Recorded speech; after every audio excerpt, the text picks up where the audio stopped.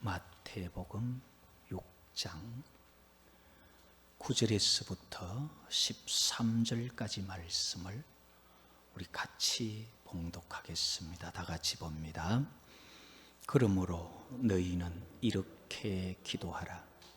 하늘에 계신 우리 아버지여, 이름이 거룩히 여김을 받으시오며 나라가 임하시오며 뜻이 하늘에서 이루어진 것 같이 땅에서도 이루어지이다.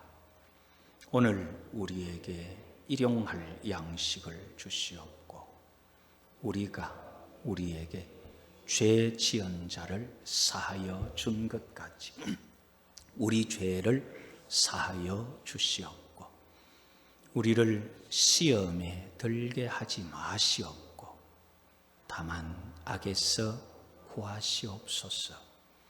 나라와 권세와 영광이 아버지께 영원히 있사옵나이다. 아멘.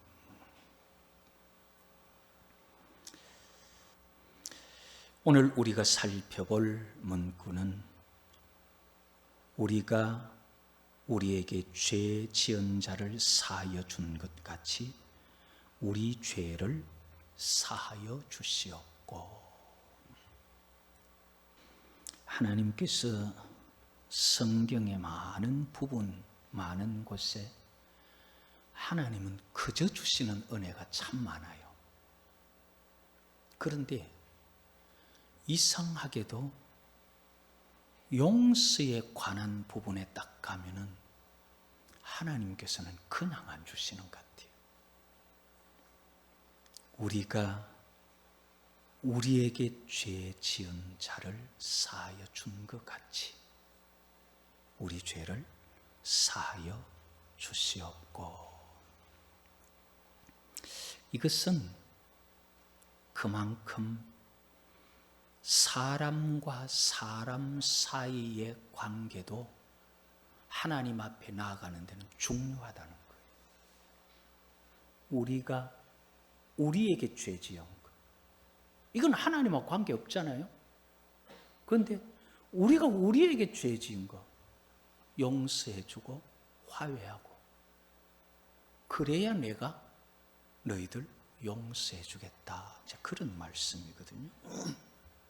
그럼 여기서 우리가 우리에게 지은 죄를 사하여 달라는데 이 죄라는 말이 성경에 예수님 사용할 때 어떻게 사용하셨느냐. 이 죄라는 말은 원어에 범죄자 또는 빚진 자 또는 채무자, 그런 말이에요. 당시에 여러 가지 의미는 다양하게 어떤 모양으로든 타인에게 피해를 입힌다, 이게 죄예요. 금전적으로 채무자가 되어서 갚지 못해서 다른 사람에게 물질적인 피해를 입히는 것이나 아니면은 상징적으로는 게으른 자라, 그런 말인데 여러 사람들이 노력하고 애쓰는데 혼자 게을러서 여러 사람들의 노력에 피해를 입히는 것이나 도덕적으로는 이것을 죄라, 그렇게 말하는데 도덕적인 죄를 지어서 여러 사람들에게 정신적으로 피해를 입히는 것이나 모든 피해를 입히는 이런 것들을 그냥 죄다, 그렇게 말한 거예요. 꼭 사람 죽이지 않아도, 꼭 하나님 앞에 하나님을 모른다고 부인하지 않아도 우리가 살아가면서 다른 사람을 힘들게 한 게 다 죄예요. 그렇기 때문에 이 세상에 죄 없는 사람이 있을까? 죄 없는 사람 한 사람도 없어요. 그래서 성경이 말하기를 율법의 행위로는 의롭다함을 얻을 육체가 아무도 없다. 예수님 마태복음에서 가르치신 말씀에 보면은 음행에 대해서 말씀하고 살인에 대해서 말씀하면서 미워만 해도 살인이고 음욕을 품고 여자를 보아도 벌써 간음을 했고 이런 일들이 하나님 앞에서는 죄 없다라고, 나는 율법을 잘 지켜서 죄 없다라고 할 수 있는 사람은 아무도 없다, 그 말이에요. 자, 그런데 여기서 지금 하는 말은 우리가 우리에게 지은 죄 사해 준 것처럼 그랬잖아요. 사람 사이의 죄.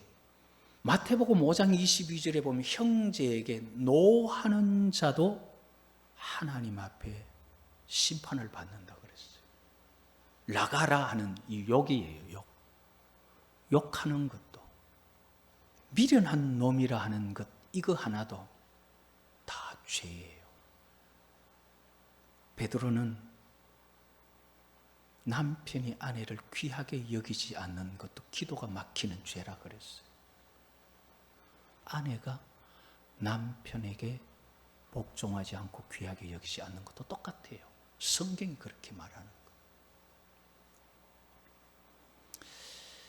이런 것들을 통해서 우리가 다른 사람을 상하게 하고 힘들게 했는 것, 그런 것들을 용서해 준 것처럼 용서해 주십시오. 이만큼 하나님께서 원하시는 것은 너와 나 사이의 문제도 문제지만은 너희들 사이의 문제들, 그래서 우리가 우리에게 죄 지은 이것을 주님께서 가르쳐 주시는 거예요. 자, 그거를 사하여 준 것 같이, 사하여 준다는 말은 그냥 용서해 준다, 우리가 쓰는 말로 그런 말이죠. 감정적인 문제일 때는 됐다, 우리 털어버리자, 털어버리는 거, 그런 거를 말하는 거예요. 이렇게 하나님은요, 하나님을 믿는 백성들이 하나님과 관계도 막힘이 없어야 되지만은 사람들이 살아가는 사람의 관계 속에서도 막힘이 없기를 원하셔요.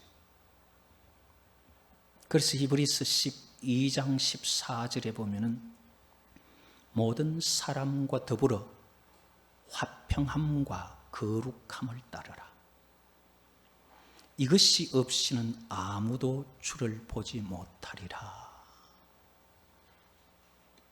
자, 여기서 너희들은 나와 화평함과 거룩함을 따르라, 이게 아니에요. 너희는 모든 사람과 더불어 화평함과 거룩함을 따라라. 그것 없이는 주를 보지 못한다. 마태복음 18장 21절에서 35절에 보면은 베드로가 예수님께 질문을 합니다. 주님, 사람이 내게 용서를 구하면은 내가 몇 번을 용서해 주면은 하나님께서 그럼 됐다 그러실까요? 한 7번 정도 하면 되겠습니까? 그런 질문이었죠. 그렇다면 예수님께서 하신 말씀이 70번씩 7번이라도 용서해라. 그러면서 예수님께서 비유를 하나 말씀하셨어요. 그게 뭐냐면은 천국은, 그렇게 말해요. 천국은 그 종들과 결산하려던 어떤 임금과 같다. 용서는 그렇게 말하는 게 아니고 천국은, 하나님 나라 가는 거는 그 말이에요. 천국은 어떤 임금이 결산을 하려고 신하들을 불렀어요. 그런데 신하 중에 한 신하가 1만 달란트 빚을 졌어요. 임금이, 야, 너 여태까지 이걸 안 갚았냐? 갚겠습니다. 너를 팔고 네 아내를 팔고 네 자식들을 팔고 소유를 다 팔아서 갚아라. 그랬더니만 이 사람이 조금만 시간 주십시오. 조금만 참으십시오. 내가 갚겠습니다. 그런데 우리가 성경 용어를 몰라서 그렇죠. 1만 달란트는 갚을 수 있는 게 아니에요.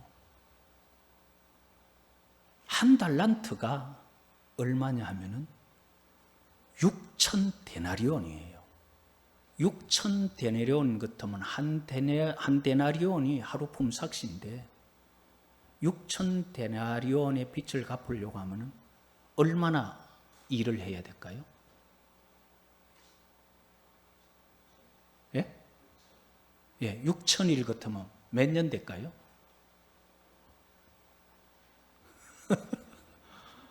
16년 정도 나와요. 한 달란트에.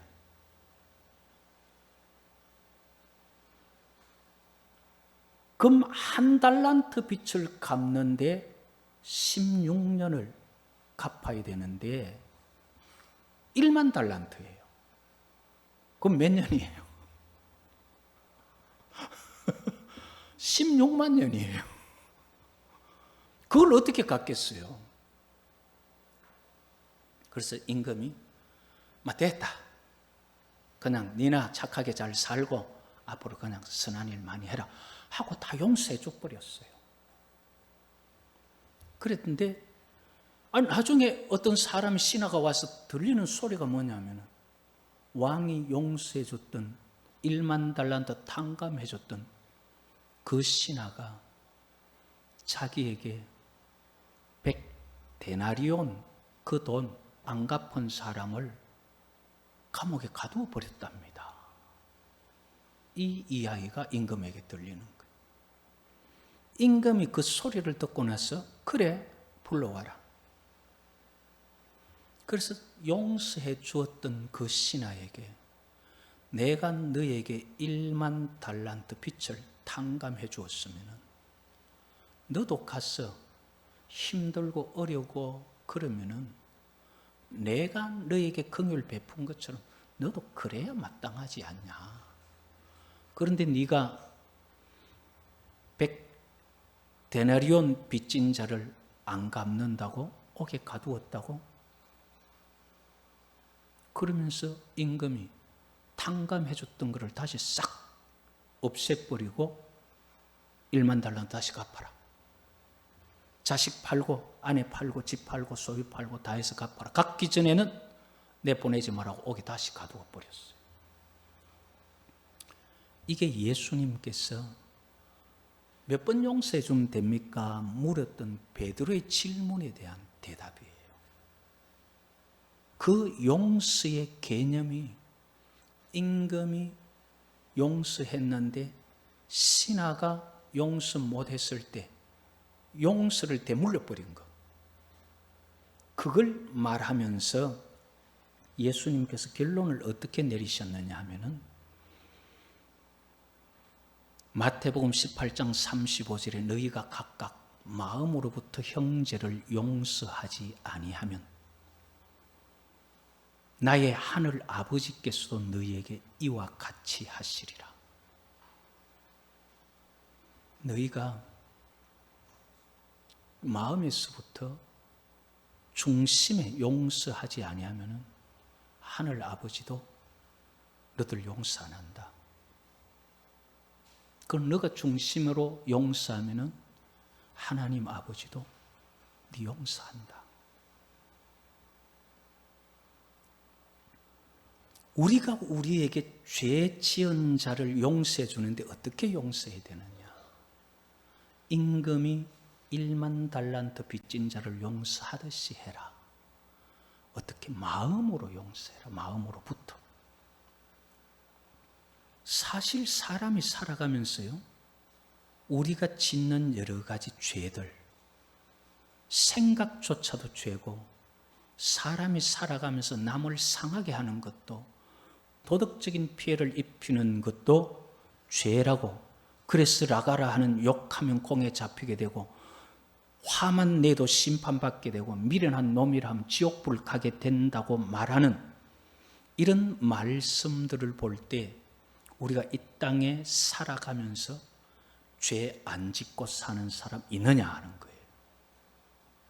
나도 죄를 짓고 남도 내게 피해를 입히며 사는 것이 인생인데 그런 삶에서 용서하지 못하고 맺어놓고 살겠다면 나도 너를 용서하지 아니하고 마지막 때 내가 너를 심판하겠다.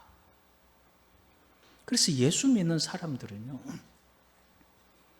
절대 마음에 원수를 맺으면 안 돼요. 예수 믿는 사람은 마음에 미움과 원한을 가져도 안 돼요. 그거를 가지면은 나도 너를 미워하겠다는, 나도 너를 용서하지 않겠다는 조건부의 회개가 바로 성경이 말하는 회개, 용서입니다.